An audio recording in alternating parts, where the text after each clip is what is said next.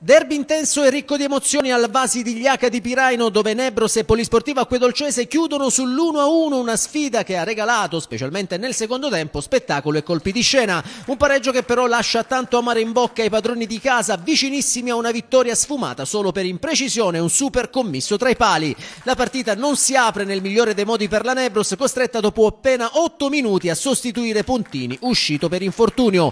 Ma i ragazzi di mister Palmeri non si scoraggiano, lo giudice prova a sbloccarla con un gran sinistro, ma commisso dice di no. Al 16° la svolta sembra arrivare, il giovanissimo Parisi classe 2008 semina il panico in aria e viene atterrato, e rigore. Dal dischetto però Scolaro si fa ipnotizzare ancora da commisso che salva i suoi. La Nebros spinge e ci prova ancora lo giudice di testa, ma il primo tempo si chiude senza gol. Nella ripresa il boato del Vasi, al 53° Bontempo svetta su punizione di lo giudice, mette dentro la palla dell'1-0 firmando la sua prima rete stagionale. Ma la gioia dura poco. Al 65° dagli sviluppi di un corner Di Stefano anticipa tutti e trova il pari di testa per l'Acquedolcese. La squadra di Furnari prende fiducia e sfiora il sorpasso. Prima Di Maggio salva sulla linea, poi Radojcic manda fuori di un soffio. Finale incandescente, la Nebros non ci sta, Scaffidi a porta vuota spreca clamorosamente e poco dopo Panzarella costringe ancora commisso all'intervento.